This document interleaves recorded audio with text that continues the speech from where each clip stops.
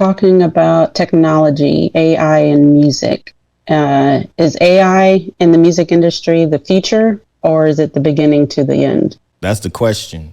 I look at it as a tool. Any technology is a tool. Will the tool be abused? Of course.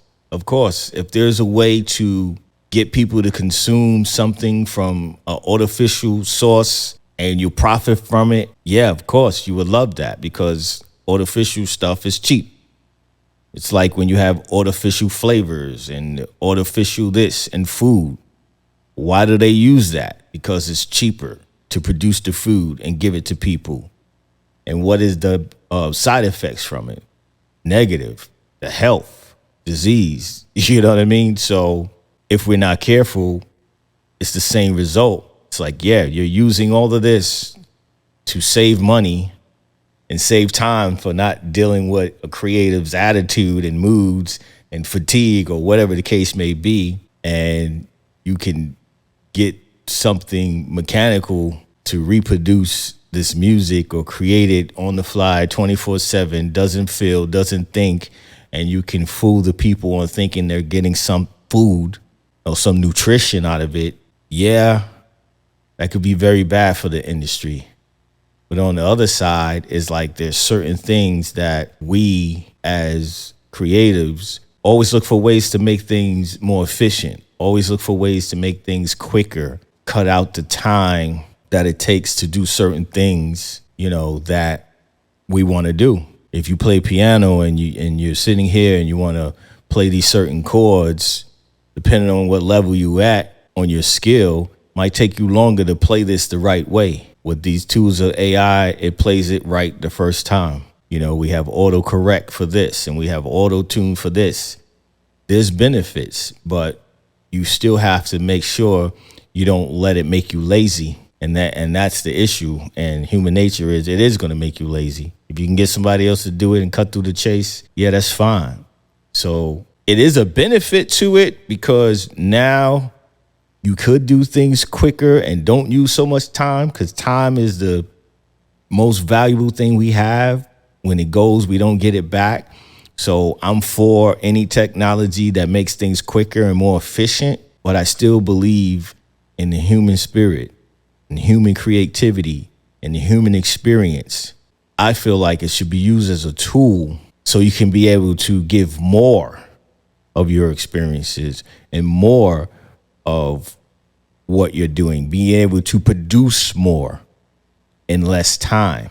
And who knows, like we all have a lifetime of creativity in us. How long is that lifetime? We don't know.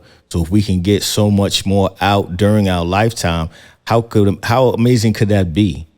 You can leave these things behind for your family, for your legacy, for generations to come, from things you created from your mind, your soul, your spirit. But the question is, how much will it be valued when a computer can make this artificially or steal your story and remix your story? It's a slippery slope, and time will tell where this leads, but I'm optimistic about it, and I don't move into things with fear.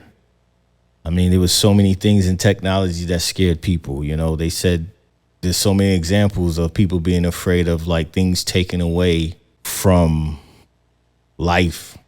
When the electric saw came out, person with the axe to chop down a tree was definitely hating the electric saw.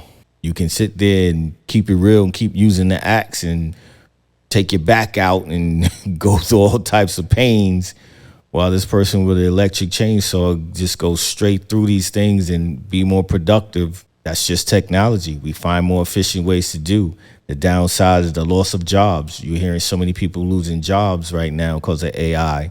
The upside of it is we can figure out better ways to do things efficiently, better ways to save waste and different things. So when it comes to music, it's a real slippery slope. You know, you're hearing about the AI with the Drake song and The Weeknd and Kanye and all these things. And it's like fun and games right now. But the question is, how do we protect ourselves from a machine taking our likeness and making money from it? It's not really a copyright law, but you can protect yourself and sue over someone using your likeness. And that's mainly on a major label or major level, because when you sign a deal, they have rights to your name and likeness. But the question is, what does this mean for independent artists who don't have them powerful lawyers to fight this case for you? It can be a wonderful tool, or it can be a nightmare.